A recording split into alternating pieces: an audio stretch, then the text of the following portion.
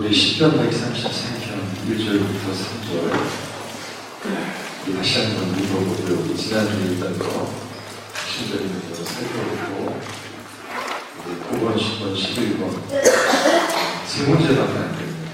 의지근한 거. 우리 시편 133편 1절부터 3절까지 다시 한번 읽어볼까요? 다같이 시작. 다윗의 시, 곧 성전에 올라가는 노래. 보라, 형제가 연합하여 동거하니 어찌 이리 하고 머리에 있는 고래로운 기름이 수염으로 가정에 흘러서 그의 옷에까지 내린가하고 혈본에 있으리 시온의 산들에 내린가하더라. 거기서 여호와께서 복음을 명하셨나니 곧 영생. 키워드 기억하시지요? 첫 번째 키워드가 뭐였지요? 원수들 속에서 살아가는 것이 마땅한 길. 뭐죠? 사명.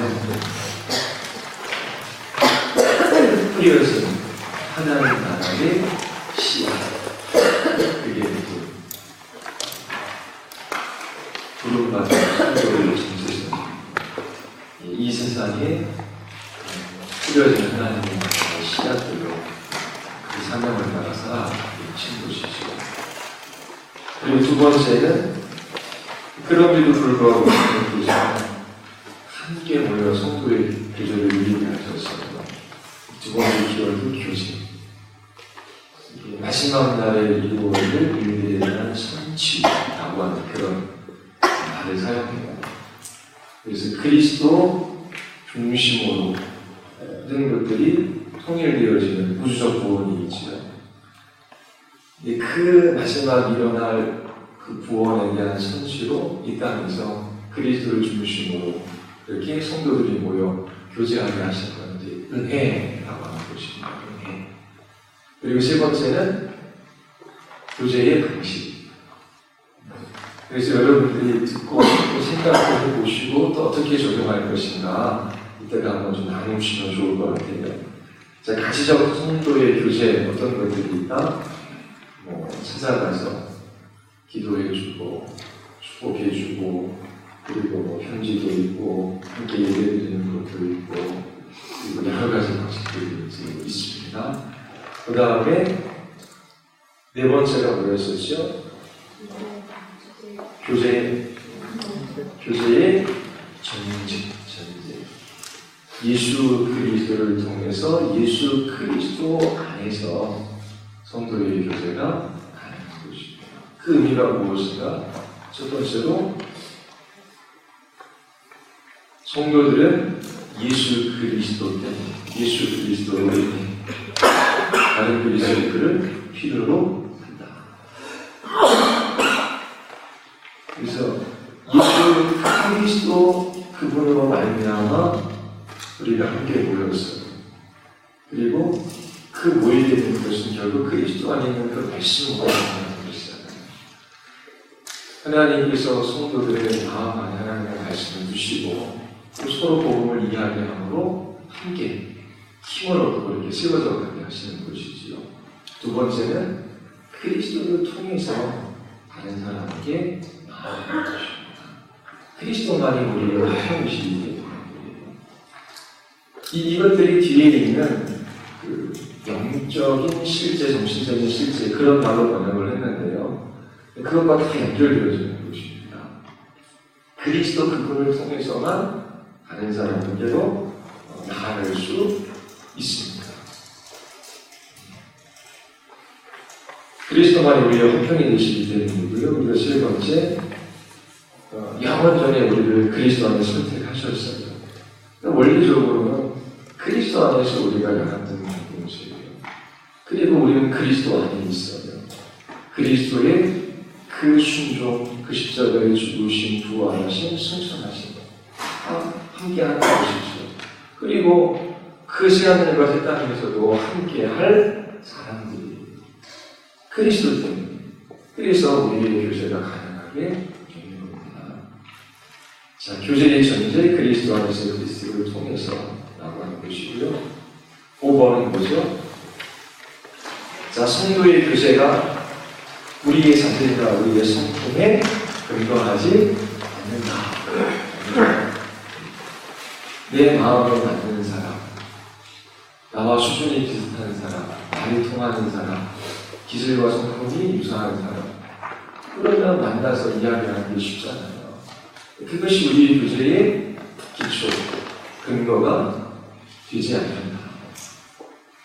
하나님께서 우리에게 행하신 그 일이 우리 관계를 규정해요. 하나님께서, 예수님께서 우리에게 어떻게 행하셨는가. 그것이 우리의 교제의 근거요, 기초가 되어야 되는 것이지요. 자, 그 다음에 6번째가 교회 공동체를 무너뜨리는 것이 있어요. 그것이 이상과 현실에 대한 혼동이지요. 구별이 없다는 것입니다. 이 그리스도인 공동체는 우리가 만들어가고 우리가 완성해야 할 어떤 이상적인 공동체. 그래서 우리가 그 이상을 바라보면서 그렇게 나아가는 그게 아니라 이미 만들어진 공동체이고, 그리고 어떻게요? 하나님께서 완성하실 공동체예요. 그럼 우리가 법과 기준을 가지고 이게 잘해야 돼 해가지고 우리가 완성하고 우리가 만들고 우리가 시작한 공동체가 아니에요.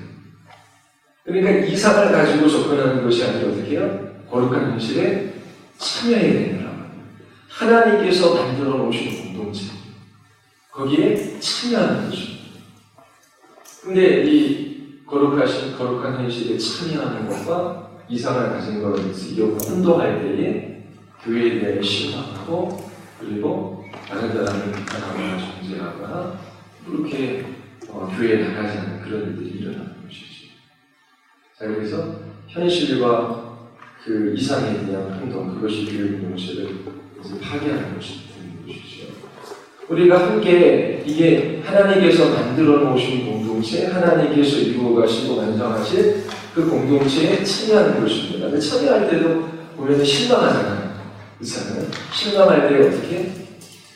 우리의 자연적인 본성, 우리가 이러한 존재구나. 하나님의 사랑과 은혜 없이는 살아갈 수 없구나. 그러면서 더 하나님께로 나아가 약속의 말씀을 붙들어야 되는 것이죠.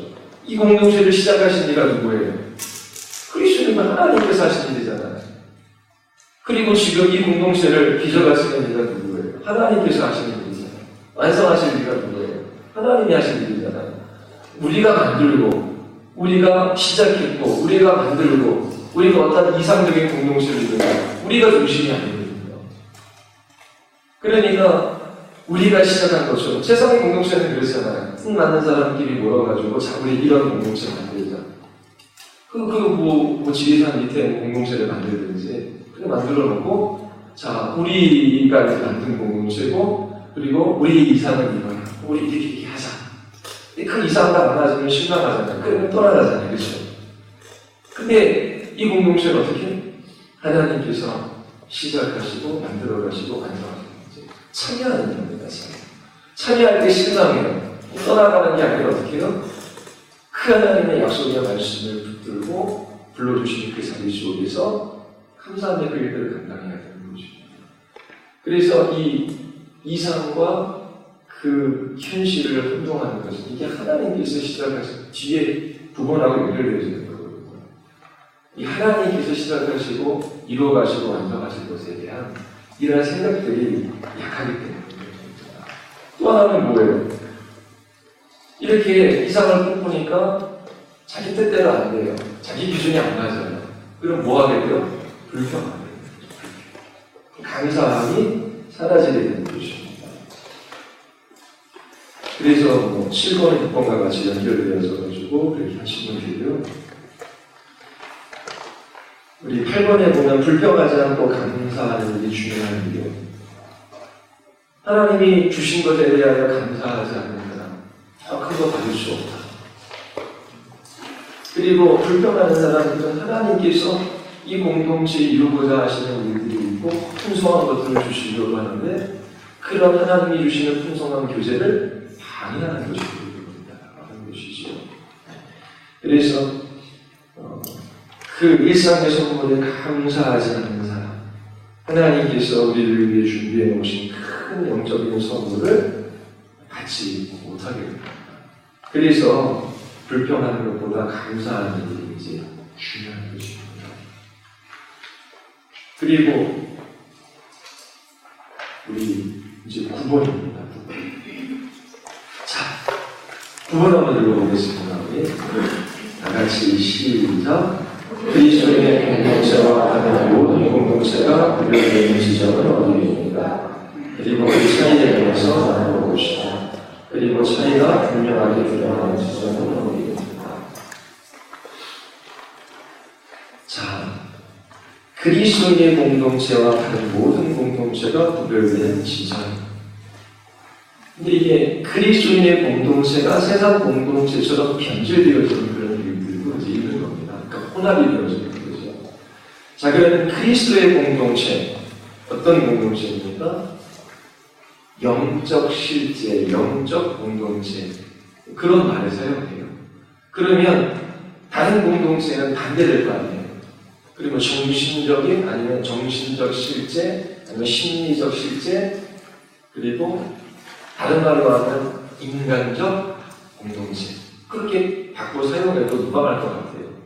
자, 그러면 공동체가 이 세상에는 두 가지가 있어요. 하나는 영적 공동체, 영적 실제. 하나는 정신적 실제, 인간적 공동체가 있는 거예요. 그러면 이 영적이라고 하는 말이 뭔가 이 책에 나오거든요. 지난주 주일날, 어저께 주일날 설교할 때도 교회의 모든 사역은 초자연적입니다. 영적인 일입니다. 성령께서 하시는 일입니다. 자, 그러면 여기서도 영적이라고 하는 것은 성령께서만 하실 수 있는, 그러니까 성령께서 역사하셔서 우리에게 예수님을 주와 그리스도라 고백하게 하시고 그 그리스도의 몸에 지체로 우리를 부르시는 거예요. 누가 하실 수 있는? 성령께서만 하실 수 있는 일이에요. 그래서 성령이 아니고는 예수를 주라 고백할 수 없다. 어저께 한 것이죠. 그러면 이 공동체가 하나 있는 여기는 성령께서만 하실 수 있는 일, 그런 영적이라는 표현을 쓰고, 그러면 이 그리스도인의 공동체는 결국 성령께서 예수를 주와 그리스도라고 고백하는 우리들을 그리스도의 몸으로 하나 되게 하시는 공동체라고 합니다. 그러면 다른 공동체는 정신적, 심리적, 인간적 공동체. 그러면 자연적인, 여기서 보면은 자연적인 힘, 자연적인 충동, 그런 걸 사용하거든요. 그게 뭐예요? 그냥 우리가 가지고 있는 힘, 있잖아요. 뭘 하려고 하잖아요. 그리고 우리가 가지고 있는 그런 욕망. 공동체를 만들 때에 힘이 있잖아요. 할 수 있는 힘이 있잖아요. 그리고 자연적인 힘이 있잖아요. 그리고 우리 지리산 밑에 이런 공동체 만들어보자. 그리고 거기에 욕망이 있잖아요. 갈망이 있잖아요. 그래서 그 공동체를 만드는 것입니다. 그래서 이 세상의 공동체는 두 가지가 있어요.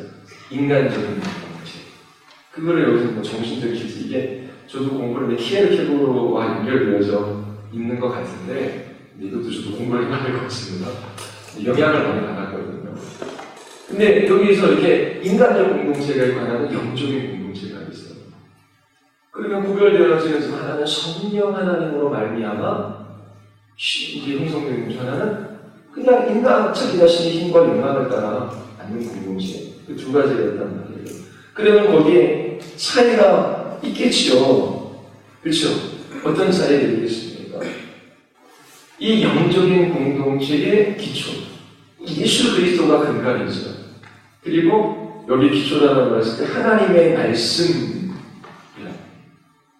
그리고 그 인간적인 공동체는 자신의 갈망과 충동에 따라 움직이는 공동체라고 합니다.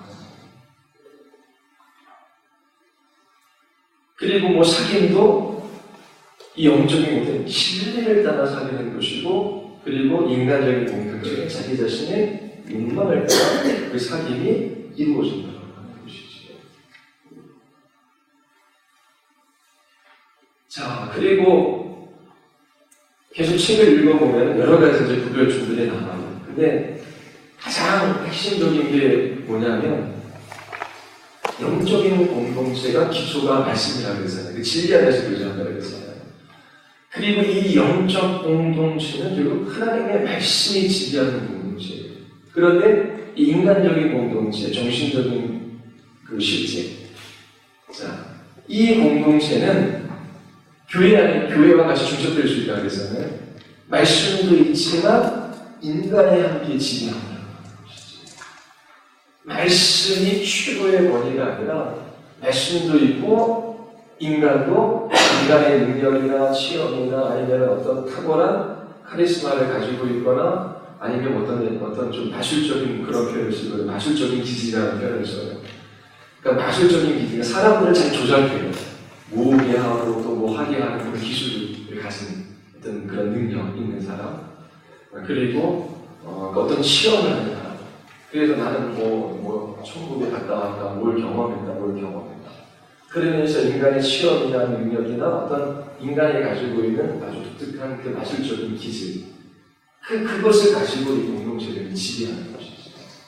근데 이 영적 공동체는 하나님의 말씀이 지배한다는 것이고요. 또 하나는 이런 인간적인 공동체는 인간들이 서로 결속해요. 그런데 영적 공동체는 말씀만이 어떻게 우리를 구속하는 것이죠. 그리고 그 인간적인 공동체는 심리학적 분석 그런 이야기를 해요.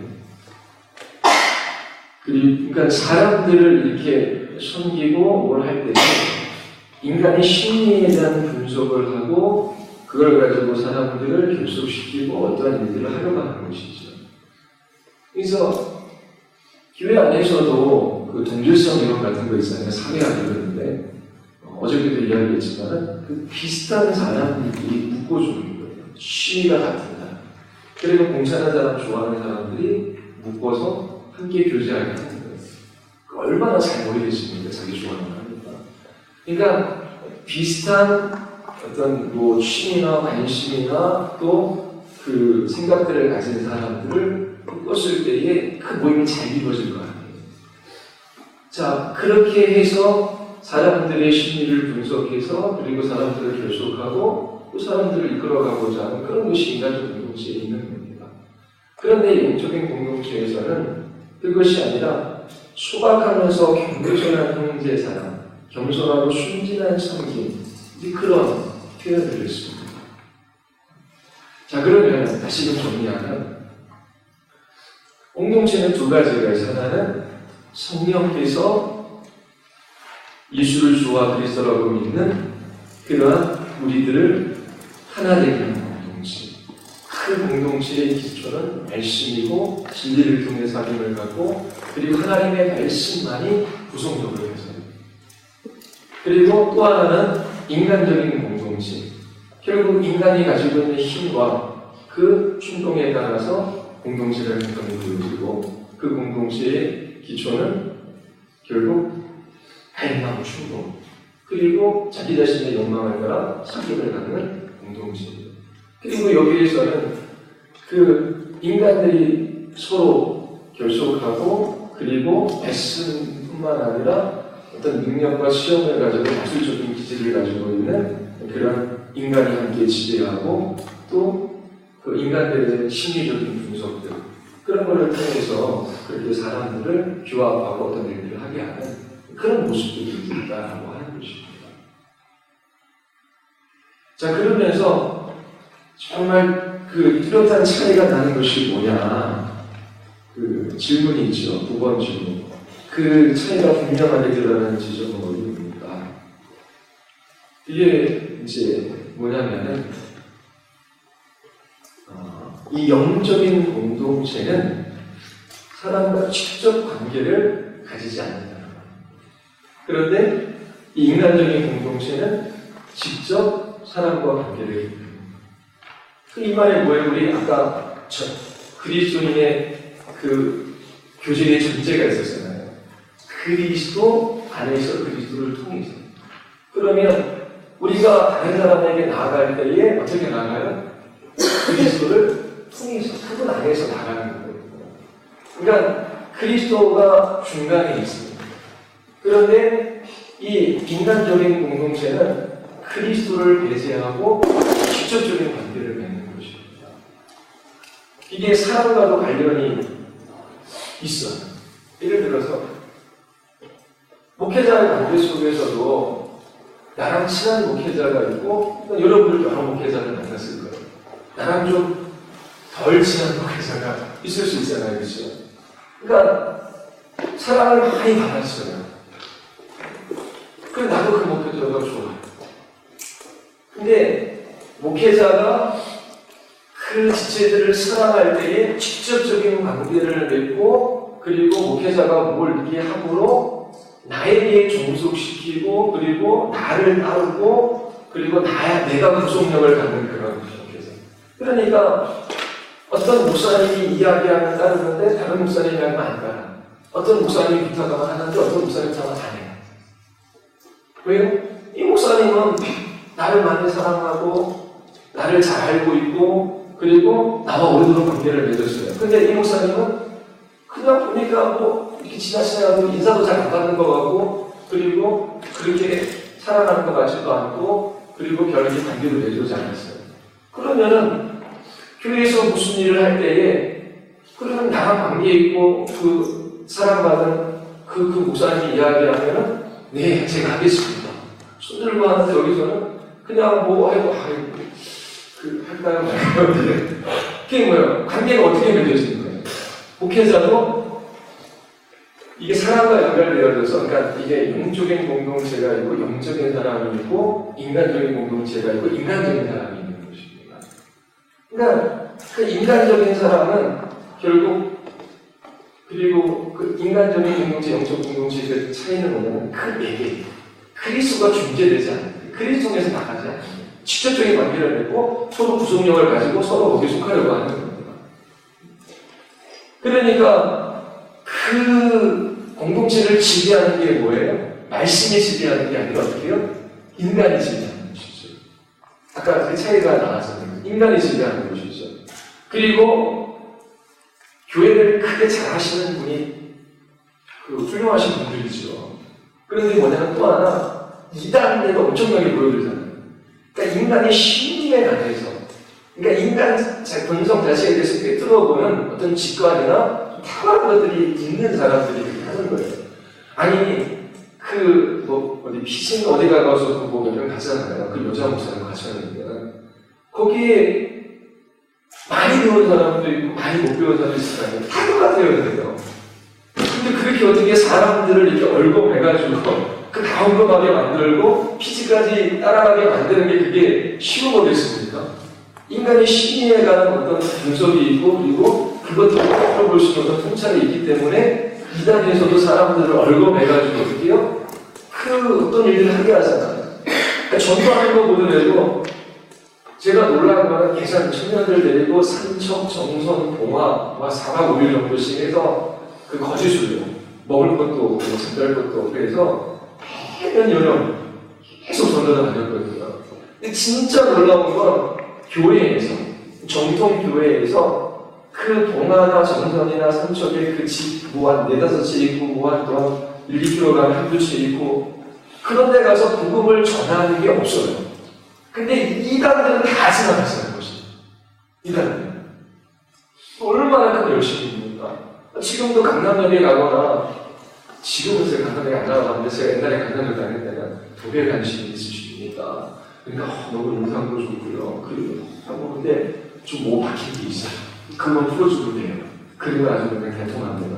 따라가시겠으면, 뭐 장지시는 말, 무슨 말, 옛날에 그런 얘기가 있어서. 그래서 잘하죠. 아주 뭐 저도 그런 데서 지금도 길거리 가다 보면은 여호와의 증인 같은 경우도 열심히 다니잖아요. 그렇죠? 그러니까 이 이단의 그 열심과 열정들이 있단 말이에요. 근데 그런 것들을 어떻게 하게 만나요? 일반 정통적인 교회에서는 전도 그게 쉽지 않잖아요. 그렇죠? 요즘에 누가 그런가? 근데 이단들은 그 깊은 강원도 산속까지 다 긋고 지나가는 거예요. 그럼 그렇게 하게 하는 그 뭐가 힘이 있단 말이에요. 타고남이 있어요. 그 인간을 꿰뚫어 보고 그 심리를 잘 분석해내고 사람들을 어떤 것을 가지고 이렇게 결집시키는 게 뭐가 있단 말이에요. 근데 이게 말씀이 아니라 사람이고, 그리고 여기는 말씀이 이제 중심이 되는 거예요. 그러면 그 어떤 목사님이 이거 일들을 이렇게 하면 어떻겠습니까? 그러면 하나님의 말씀에 비추어 봐서 또 하나님께서 우리를 어떻게 대하셨는지 그걸 생각하면서 우리가 어떻게 다른 사람에 대하고 내가 어떻게 할 것인가, 말씀이 나를 지배하고 그 말씀을 따라서 그렇게 어떻게 해야 될 것들을 생각해야 되잖아요. 근데 여기는 사람을 따라서 내가 어떻게 해야 될 생각합니다. 그러니까 자기 자신의 욕망이 그 사람과 맞아 떨어지는 거예요. 그런데 만약에 그 사람이 목회자가 됐건 누구 됐건 그 욕망이 이게 맞아 안 떨어지는 거예요. 그러면 어떻게 해요? 떠나가고 이제 관계를 끊어버리는 것이죠. 어떻게 직접적인 관계를 맺었기 때문에 그런 거예요. 근데 이게 인간적인 공동체, 영적 공동체의 그 본질적인 차이는 이게 직접적인 관계를 맺느냐, 그 중심에 그리스도가 매개가 되느냐 안 되느냐라고 하는 것입니다. 근데 교회 공동체 안에서도 그래요. 근데 욕망이 있어요. 그럼 어떤 사람과 직접적인 관계를 맺는데 그 두 사람의 욕망이 맞아 떨어질 때는 그 교제가 형성이 돼요. 그리고 이렇게 뭐 희생도 하고 섬기고 헌신적인 일들도 하고 그러면서 서로 그렇잖아요. 그 어느 공동체나 그 기질과 성품들이 있어요. 그래서 어떤 사람은 태어나면서부터 이렇게 다른 사람을 배려하고 섬기는 그런 기질과 성품이 있어요. 제가 군대에서 처음에 훈련 받을 때에 그 며칠 지나가니까 다 드러나더라고요. 성품과 기질들이. 어떤 사람은 뭐 그리스도인이고 아니고 그 문제가 아니라 그냥 이렇게 남들을 좀 배려하고 좀 이렇게 챙기려고 하는 사람이 있는 한면 진짜 자기만 하는 사람도 있어요. 그 우리의 마음이 어떻게 가요? 그렇게 배려하고 섬기는 사람한테 마음이 가잖아요. 그리고 어떻게 해요? 내 욕망이 이렇게 맞아 떨어지는 거예요. 그럼 그 사람을 도우려고 그 사람 함께 하려고 하잖아요. 그러니까 그 관계들을 맺는 겁니다. 근데 정말 그 직접으로 찾아내 예수 그리스도가 매개로 될 때에 그렇게 욕망이 맞아 떨어지는 것이 아니라 말씀을 따라가는 좋은 모습이잖아요. 근데 이 사람이 온전하지만 않고 또 잘못될 수도 있잖아요. 그렇죠? 그때 욕망이 맞아 떨어진 사람, 그리스도가 매개이지 않은 사람은 그 욕망이 충족이 안 되는 언제나 공동체로 사람이 버리는 거예요. 딱 안 맞으니까. 근데 예수 그리스도가 매개를 낼 때, 저 사람은 정말 좋은 성품을 가지고 있구나. 우리 마음 끄는 거 맞아요. 근데 그걸 그리스도를 매개로 해서 그리스도와 함께 그 사람과 교제를 해야지, 그 사람과 함께 그런 말도 있어요. 그 사람과 함께 교제하고 그리스도, 그게 아니라 그리스도와 함께 가서 그 사람과 교제를 해요. 그러면 그 사람이, 그 공동체가 우리에게 실망을 준다라고 할지라도 그리스도가 매개가 있기 때문에 그냥 사람이 서로를 구속하는 그런 모습이 아니라, 예를 들어서 그 마음에 안 들어요, 잘. 그러면 가까이 다가가기가 쉽지 않습니다. 내 욕망과 안 맞아 떨어지니까. 그런데 교회 공동체 안에서도 나와 잘 안 맞는 사람인데, 근데 그게 내 욕망이 아니라 말씀의 지배를 받고 말씀의 구속력 속에서 나랑은 잘 안 맞지만 주님께서 나에게 이렇게 대하셨듯이 그리스도를 매개로 해서 그 사람에게 다가가는 것이지. 그러면서 거기에서 관계를 맺고 교제를 하는 겁니다. 그러니까 누군가 미워요, 싫어요. 그러면 내 욕망은 미운 사람 안 보는 겁니다. 그게 직접적인 관계를 맺으려고 하는 거예요. 근데 믿고 싫은데 어떻게 해요? 예수 그리스도를 중재자로 해서 우리는 관계를 맺는 거거든요. 그러면 말씀의 구속력을 받고 예수 그리스도를 통해서 나아가요. 왜? 우리를 구속하는 게 말씀입니다. 진리입니다. 그 진리를 따라서 입지만 그 말씀을 통해서 내가 어떻게 해야 될지, 그리고 그리스도와 함께 그 관계를 맺어가려고 하는 것이죠. 그러한 일들이 영적인 공동체 안에서 가는 영적인 사랑입니다. 우리의 정서가 모든 사람이 다 좋지가 않잖아요. 좋다가도 싫잖아요. 그럼 우리의 변화된 마음에 우리의 선택과 우리의 행동을 하도록 내버려두는 것이 아니라 쉽게 변화되는 그 마음을 어떻게 하나님의 말씀에 구속 가운데 두고 그리고 예수 그리스도를 매개를 해가지고 사람들과 관계를 맺으려고 하는 그들이 영적 공동체에 속한 하나님의 자녀들이죠. 근데 인간적인 공동체는 그렇게 안 한다라고 하는 거예요. 자기 자신의 그 욕망을 따라 사귀고 그리고 그런 인간의 갈망이나 충동이 그 공동체의 기초가 됩니다.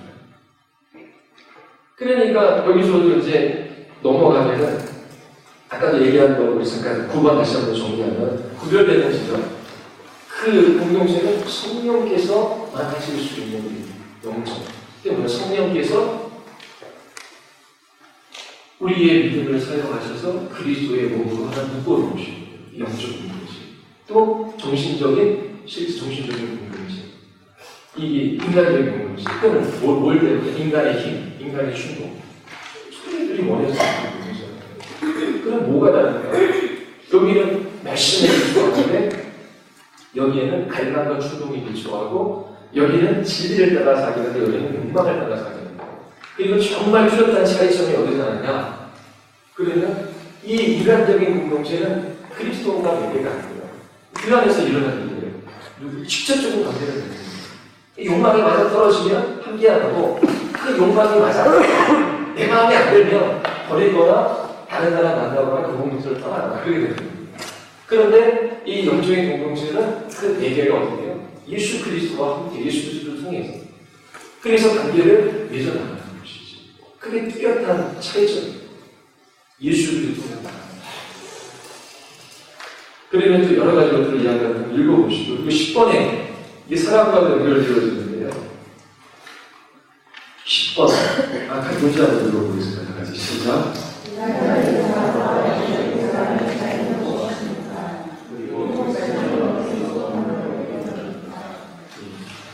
이것도 아까 말한 것처럼 그 차이 아까도 영적 공동체와 인간적 공동체의 그 차이가 드러나는 지점 여기도 인간적인 사람과 영적인 사람이 드러나는 지점이잖아요. 그 지점은 똑같아요. 직접적으로 사람들과 직접적인 관계를 맺는 공동체를 이루라고 하는 거예요. 직접적으로 살아갑니다. 그 매개가 예수 그리스도가 아니고 직접적으로 하나는 예수 그리스도가 존재하는 것이죠. 그것이 차이고요. 인간적인 사람은 자기 자신을 위해서 타인을 사랑하는 것. 이게 뭐예요?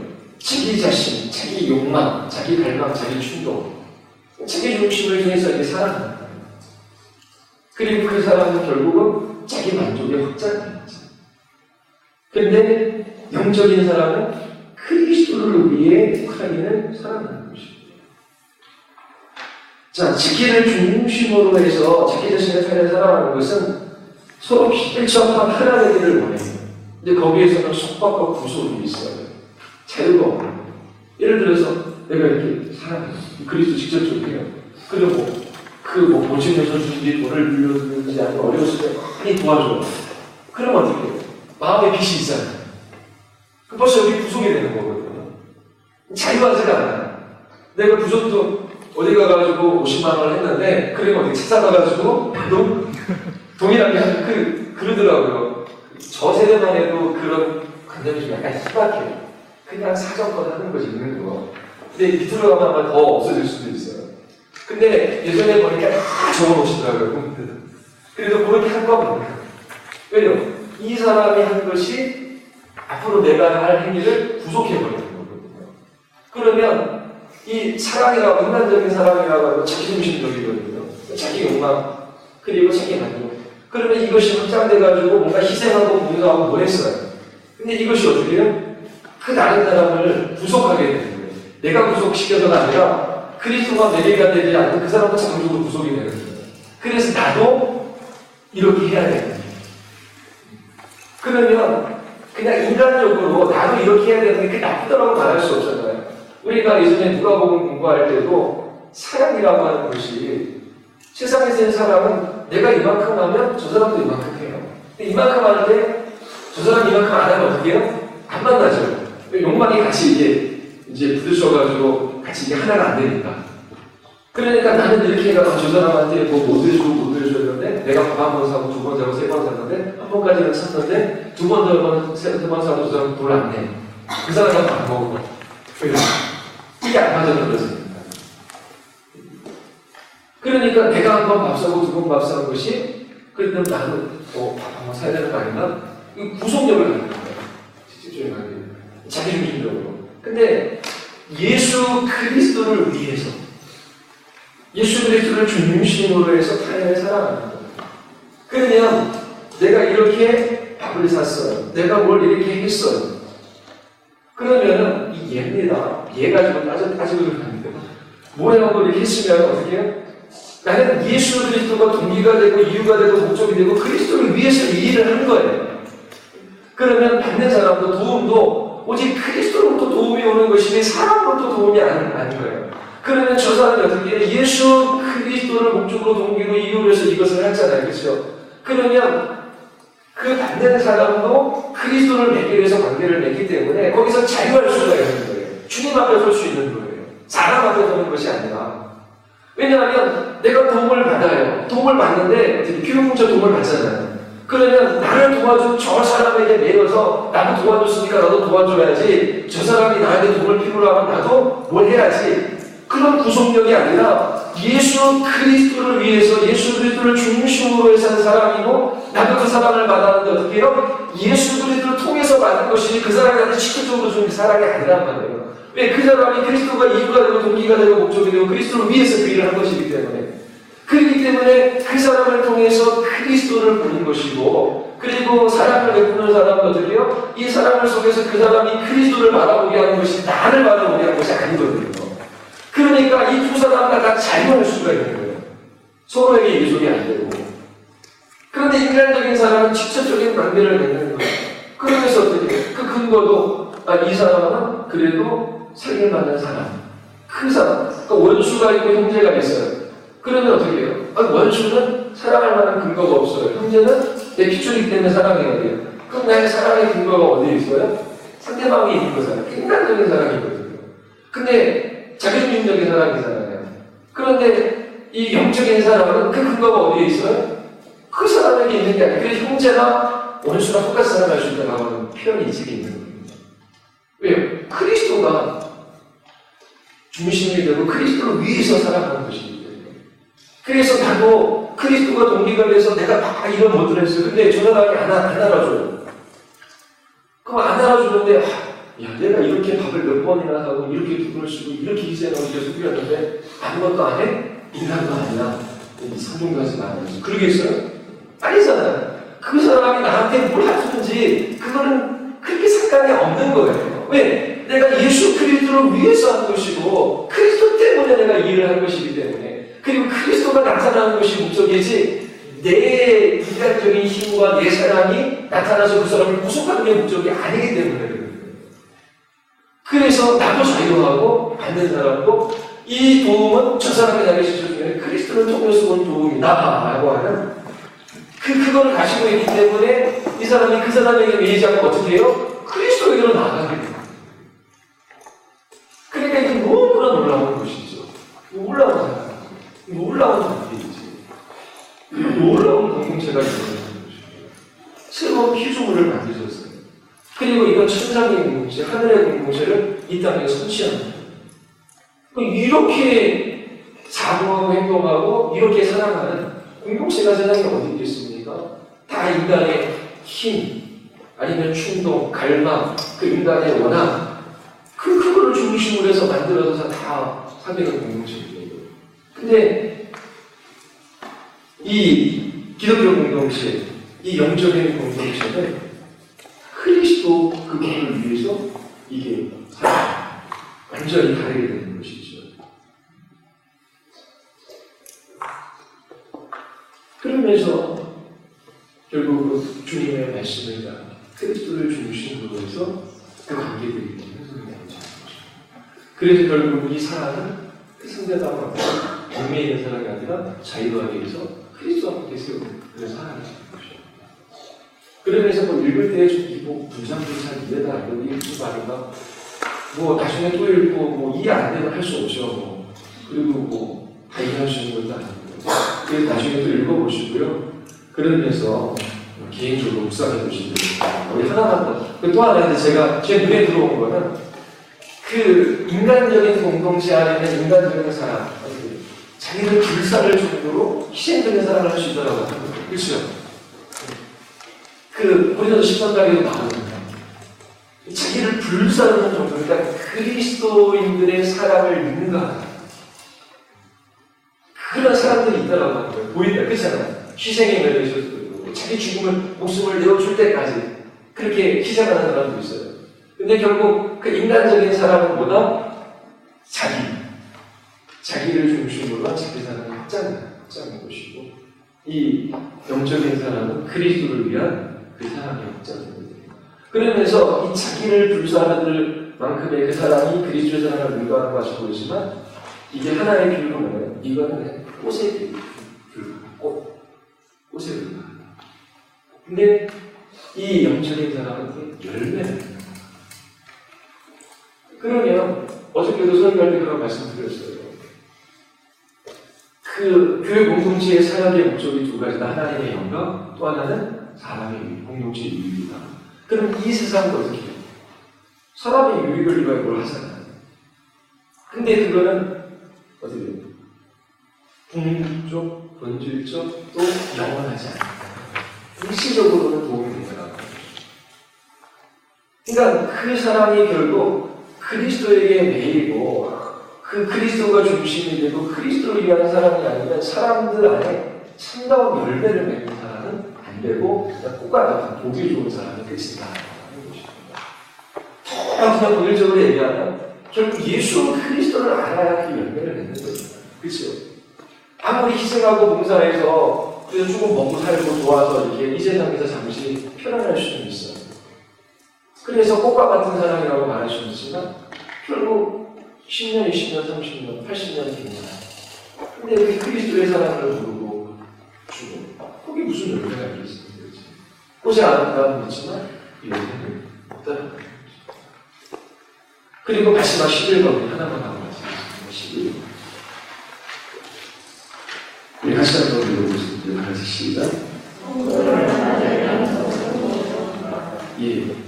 자, 하나 되게 하는 것이 무엇입니까? 책에 보면 우리를 하나 되게 하는 것은 형제에 대한, 형제 사랑에 대한 체험이 아닙니다. 자, 앞에는 계속 반복되는 내용들이 다른 표현입니다. 자, 여러분, 우리를 하나 되게 하는 것. 여기에서 사랑을 체험하는 것이 하나 되게 하는 것이 아니라고 합니다. 이게 결혼과 동일한 구조를 가지고 있는 거거든요. 자, 우리가 그 종팔도 목사님 결혼식장 읽을 때 거기에 나온 이야기잖아요. 결혼을 유지하는 건 사랑이다, 언약이다. 사랑이 아니라는 거예요. 결혼을 유지하는 거. 그냥 왜 결혼해? 사랑하니까. 사랑은 뭐야? 물어보기가. 그러니까 사랑하니까 결혼하는 거예요. 그러면 그 결혼 생활 속에서 그 사랑의 감정이 사라지면 어떻게 해요? 이혼하겠다는 거잖아요. 그 사랑이 그 결혼의 동기고 이유고 목적이었었잖아요. 그래서 그 드라마 같은 데 보면은 제가 많이 얘기하는 건데 그 불륜 장면들이 있잖아요. 그 아내는 맨날 그 집에서 머리도 제대로 안 깎고 화장도 안 하고 파자마 입고 점심 때는 그냥 그 양푼에다가 밥 먹어가지고 비벼 먹고 남는 거 먹고 그냥 시간 청소하고 그러는데 이 남편은 들어가고 보니까 이게 별로 안 그러는 거야. 근데 직장에서 어디서 그냥 뭐 어떤 여자를 만나는데 잘 가꾸고 있고 그리고 어디서 커피숍 가고 어디 바닷가 가고 그리고 좋은 카페 가가지고 마시고 그러면 집에 들어와가지고 여보 우리가 계속 결혼 관계를 이어가야 할까?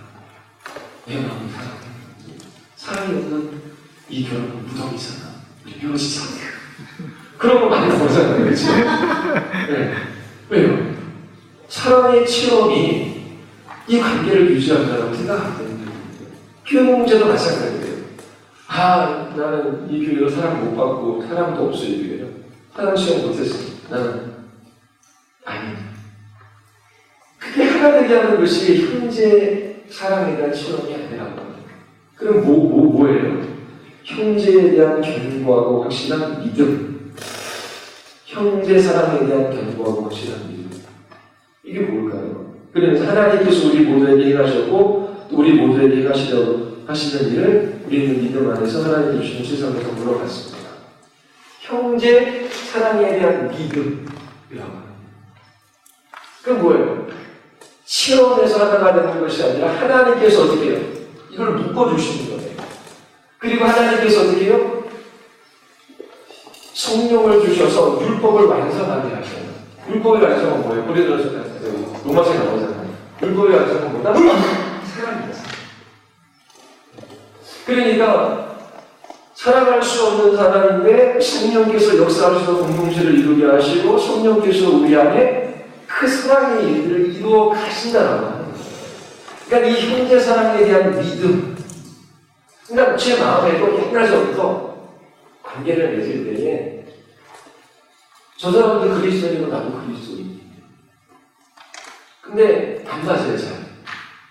근데 내가 잘못하면 이 사람이 잘못할 수도 있는데 근데 이 잘 안 맞는데 그러면 이게 관계를 안 맺으려고 하잖아요. 근데 그리스도 안에 있기 때문에 막 소망이 있는 거예요. 뭐냐면 하나님께서 이렇게 잘 안 맞지만 이 관계 속에서 나도 변화시켜 주시고 이 사람도 변화시켜 주실 것이다. 왜?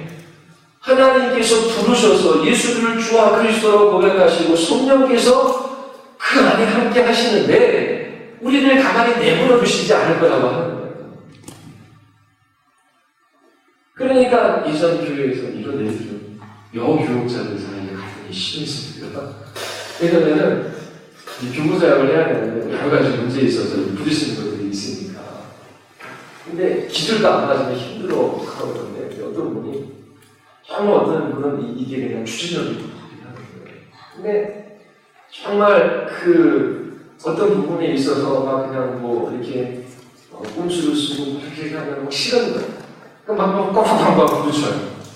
근데 기질에 따라 부딪히는데 제가 너무나 감사하고 아름다운 건 그 부딪히는 것 속에서 막 말도 막 그냥 막 하고 막 관계가 깨어질 것처럼 막 그렇게 싸울 것처럼 해요.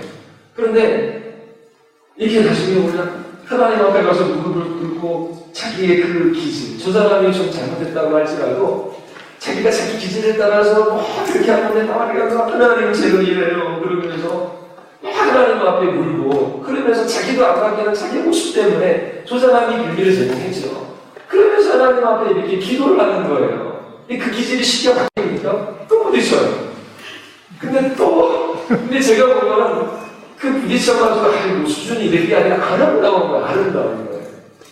왜냐하면 하나님 하나님 앞에 가가지고 기도를 하니까 회개를 하니까 제가 볼 때도 이 전도사님이 이렇게 뭐 먼저 빌미를 제공하는 건 아닌데 여기 좀 이렇게 약간 얄밉게 이렇게 할 수도 있어요.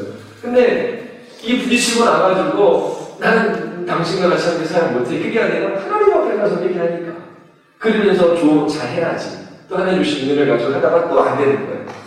근데 그 모습을 보니까 너무 아름다운 거예요. 그러니까 어떻게 형제의 사랑에 대한 믿음.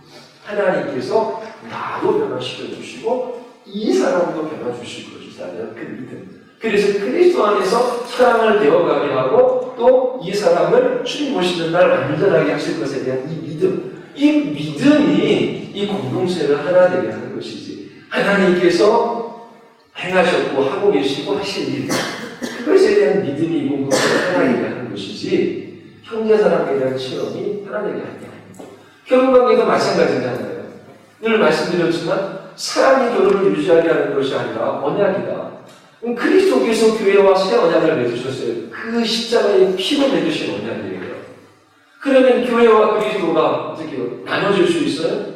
그 어떠한 것도 나 자신도 그 사랑을 끊을 수가 없어요. 그러면 그리스도께서 절대로 우리를 안 버리셔요.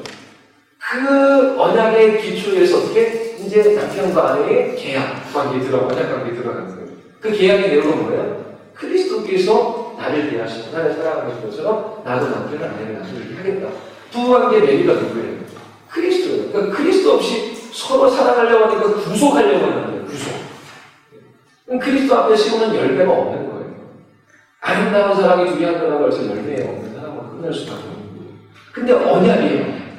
그러면 그 사랑의 정서들이 사라졌을 때 뭘 생각하는 거예요? 언약을 생각하는 거죠. 주님께서 나를 사랑하시고 그 사랑으로 나를 하셨는데 그럼 나도 언약했는데 그 언약을 지켜야지 라고 하면서 그 언약이 두 사람이 그리스도의 경우 너무나 행복한 거죠. 왜? 그 안에도 언약을 붙들고 남편을 바라보고 남편을 붙든 게 아니라 당신 돈 못 벌어? 당신 나를 이렇게 돼? 나도 당신 내 마음대로 할 거야. 그게 아니라 나를 사랑하지 않는다라고 할지라도 어떻게 해요? 언약을 붙들고 그 남편을 존중하려고 하고 또 여기에서 아내가 나에게 순종하지 않는다라고 할지라도 그 언약을 붙들고 그렇게 하려고 하고 그러니까 믿는 사람이 만나서 결혼하는 건 축복입니다. 진짜 복이에요. 아까도 얘기해서 막 갈등하고 싸우고 그런 것도 있지요. 근데 주님 옆에 가서 회개하세요. 그 주님이 하신 일들에 대한 믿음이 있어요. 그러니까 거기 안에서 이 하나님의 이루어진 것이죠. 교회 안에서도 그렇다고 하는 거죠. 형제에 대한 치욕이 우리를 하나 되게 하는 것이 아니다. 뭐가? 형제에 대한 경고한 믿음. 하나님께서 우리에게 행하셨고 행하시거든요. 그것이 우리를 하나 되게 하는 것이고 이것이 최고의 선물이라는 거죠. 그럼 이걸 선물로 안 해요. 결혼관계에서도 마찬가지고 이 교회관계에서도 이 하나님께서 우리를 한 공동체로 이렇게 부르셨다는 하는 최고의 선물. 그래서 이런 고백을 이 선물이 우리를 기쁘고 행복하게 하는 것입니다.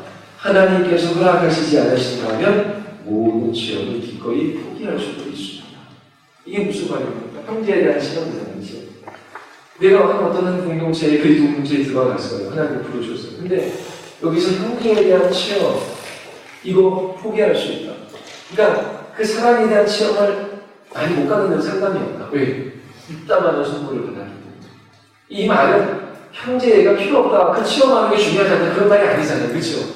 하나님이 주신 선물이 있다만 하기 때문에 이 땅에서 형제를 체험하는 것은 이상이나 목적이 아니라 결과로 우리에게 주어지는 거예요. 완성될 겁니다. 그러니까 주님이 주신 선물이 너무 크기에 지금 내가 체험하지 못한다고 해서 그리고 이 공동체에서 죽을 때까지 못 체험한다고 해서 그거는 그렇게 내게 중요한 게 아니라 그런 말이죠. 하나님이 주신 선물이 크기.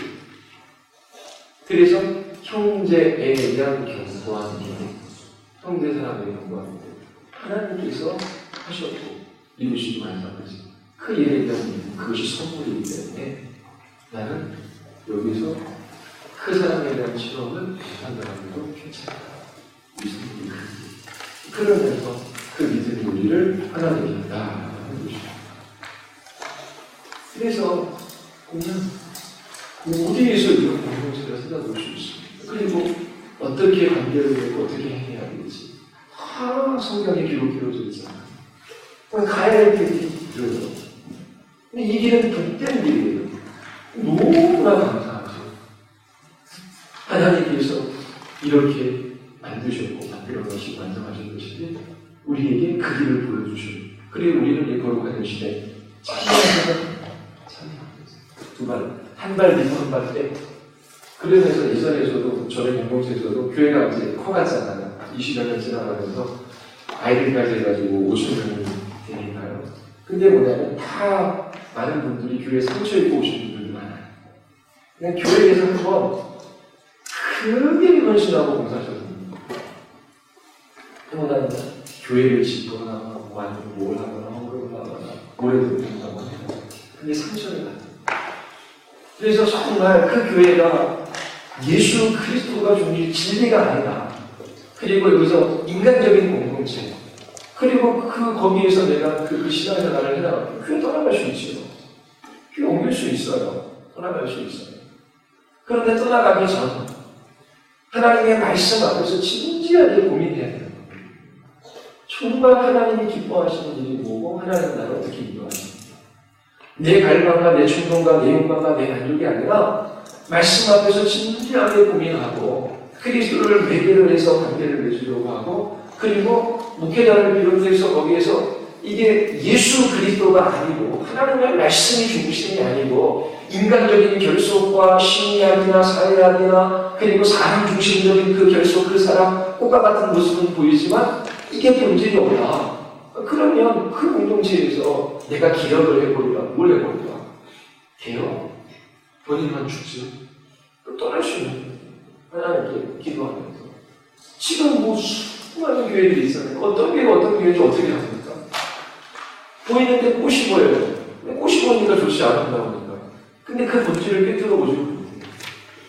그러면서 또 상처 입고 또 다른 교회 가고 또 상처 입고 다른 교회. 그게 아니라 교회 공동체가 뭔지를 꿰뚫어 보고 그리고 그 공동체 속에서 아니다. 그리고 정말 신앙생활 할 수가 없다. 그러면은 옮길 수 있고요. 그리고 또 예전에서도 저도 원래 개척하려고 그렇게 준비를 다 교회에서 해주던데요. 그래서 있었잖아요. 그죠? 근데 그러면서 이제 그 말했을 때 어떤 분은 부천에서 그 가장 큰 교회 장로님이신데 부동산 하시고 집이 세 채인데 두 채를 팔아서 교회를 짓고 그러면서 교회 빚이 100억이에요. 교회 1,000명이에요. 근데 그 너무 힘드신 거예요. 물질적인 목적도 시작해가지고 목사님이 처음에 그걸 시작하셨는데 너무 고통스러워서 상담을 받고 와다가 교회로 옮겼어요. 그리고 이제 저 교회에서 같이 공부도 하고 한 거예요. 그 아이들이 이제 신학생이거든요. 근데 이제 뭐 제가 나간다는 소리도 이제 그 부천에 시흥 그리고 목사님들 개척을 그러면서 200평 건물을 그러면서 너무 이 시흥에 고통받는 사람이 많이 있습니다. 교회 때문에. 지금 당장 여기 와서 개척만 하시면 저 혼자서라도 하면 40, 50만 원 따라와요. 지금 그러시더라고요. 근데 어떤 목사님이 개척한다는데 저 따라가겠으면 할 수 있죠. 근데 그것이 그리스도와는 직접적인 관계가 문제가 되는 거예요. 그렇죠? 예수 그리스도 직접적인 관계. 나 저 목사님 좋아. 그게 아니라 교회가 세워질 때에 기도하면서 하나님께서 보내줄 수 있는 것이 있게 하실 수도 있는 것이고요. 그러면 떠나갈 수도 있지만 그것이 하나님의 말씀의 구속력을 가지고 그리고 주님이 기뻐하시는 그 일들을 통해서 교회를 세워가고자 합니다. 그래서 하나님이 인도하시는 겁니다. 그리고 우리의 판단이 언제나 옳지 않잖아요. 그렇죠? 그리고 언제나 맞는다고 말할 수 없어요. 그러니까 목회자의 판단도 그릇된 경우들이 있죠. 그래서 어떤 결정에 있어서 정죄, 교회 떠난다고 할 때 사실 떠나가면 그러면 정죄하거나 그럴 수 없는 경우. 근데 대부분 눈에 다 보이거든요. 이게 뭐가 어쩌고 뭐가 들리고 그 마음에 뭐가 있는지 보여요. 그런 것들은 다 파악하고 그리고 하나님의 말씀 앞에서 그 인도하심에 따라 그렇게 오게 되는 것이고 시간을 하게 되는 것이고 그 인도하심에 따라 그렇게 할 때 그때는 오게 돼요. 전에도 말씀드렸지만 욕망과 욕망이 만나서 그게 충족이 될 때는 있어요. 근데 내 욕망이 충족이 안 돼요. 그럼 버려요. 그러면 이 공동체가 내 욕망을 충족해줘. 있으면 그게 얼마나 유연이냐? 결혼생활도 그렇잖아요. 사람에서 결혼하지만 초기 3개월에 대강 싸운다고 그러잖아요. 1년 지나가면 신혼도 끝나고 사람 아니야. 그러잖아요. 근데 그 만족이 아니라 자기 욕망이 아니라 그리스도를 그 싸움을 해나가는 그래서 이 책들을 통해서 한번 읽어보시고요. 또 그냥 이해가 안 되는 거, 이해하면 할 필요가 없어요. 문장이 뭐하니까 그냥 이해되는 거, 그리고 이 정의 내리는 거, 그런 것들에 동그라미 저는 그거를 내게도 생각하고 하시고 또 나중에 기회가 되면 독일어 공부해서